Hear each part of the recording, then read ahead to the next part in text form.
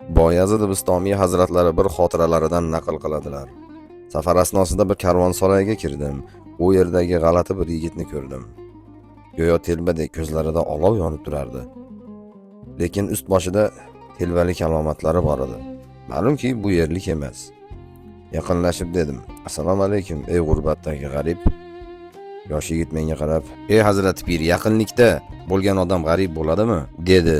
"Qurbat bu yaqinlik. Yaqin bo'lgan kishi o'zini g'arib his qiladimi?" dedi. Uning bu so'zlaridan darajasi juda baland ekanligini angladim.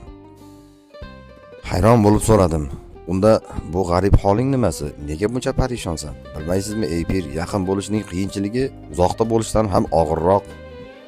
Chunki uzoqda bo'lgan odamda balki bir kun yetarman degan umid bor, lekin yaqin bo'lgan kishida doim agar yo'qotib qo'ysamchi degan xavotir bor. Mana shu qo'rquv meni ezib qo'ydi. Agar shu yaqinlikni yo'qotib qo'ysam-chi, uni yo'qotmaslik uchun nima qilishim kerak degan dard bilan yashayapman."